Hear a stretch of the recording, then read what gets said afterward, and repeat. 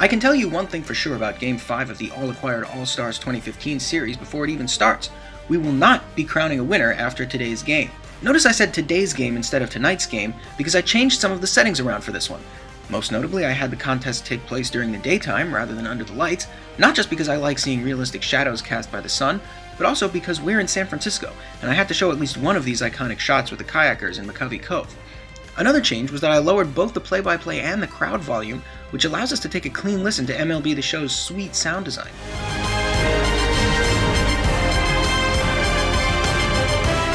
Music in baseball video games had evolved beyond organ jingles some years ago, but this epic heroic fanfare really makes you feel like you're watching an actual postseason game on TV.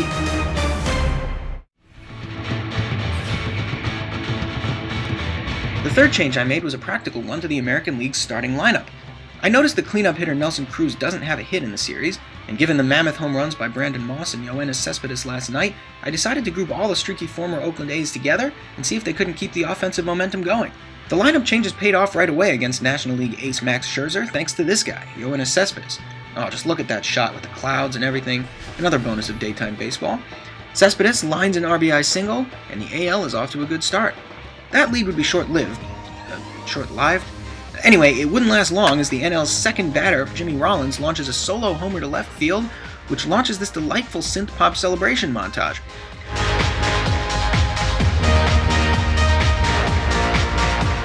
ESPN should take note.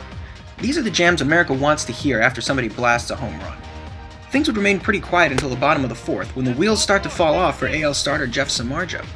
After loading the bases on 3 straight walks, Jason Hayward gets a run in on this fielder's choice, just narrowly beating out the double play. But on the very next batter, Samardzija issues his 4th walk of the inning, loading the bases again, and prompting something we haven't seen yet in this series, a mound visit from the pitching coach. You can tell it's not manager Ned Yost, because he's not wearing the sweet glasses. Either way, the visit had its intended effect, calming Samardzija down enough to induce this inning-ending double play to limit the damage, but the NL has taken its first lead of the night. They would add to this lead in the 6th inning, as another Samardzija walk would get him yanked from the game. This time it is Ned Yost coming out of the dugout, but his replacement, Tyler Clippard, would not fare any better. He allowed 2 singles, this one by Michael Morse of the RBI variety, then he would walk a batter, and then he would commit this costly fielding error where he could have cut down a runner at the plate. Even his replacement, Pat Neshek, couldn't get away unscathed, as he gave up 2 more runs on a sac fly by the pitcher, a walk of his own, and a single by Justin Upton. 9 batters came to the plate that inning, and that's all the run support Max Scherzer would need. But that doesn't mean things didn't get exciting later on. My lineup changes for the AL continued to pay dividends, as the 8th inning featured back-to-back home runs from Josh Donaldson here, and Brandon Moss here, his second in 2 games. However, I can only do so much in terms of setting the lineup. The computer has to make all the in-game decisions, and while I'm not in the business of trolling video game programmers on the internet, I can't help but think that some of the wacky moves that follow might have drastically lowered the AL's chances of winning. The 8th inning rally continued after the 2 homers, with Cespedes and Hanley Ramirez both reaching base via the walk.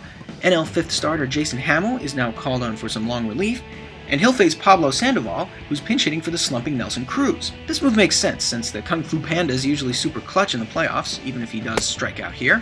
But then we see another pinch hitter, this time for catcher Russell Martin, and it's not even the other catcher, Evan Gattis.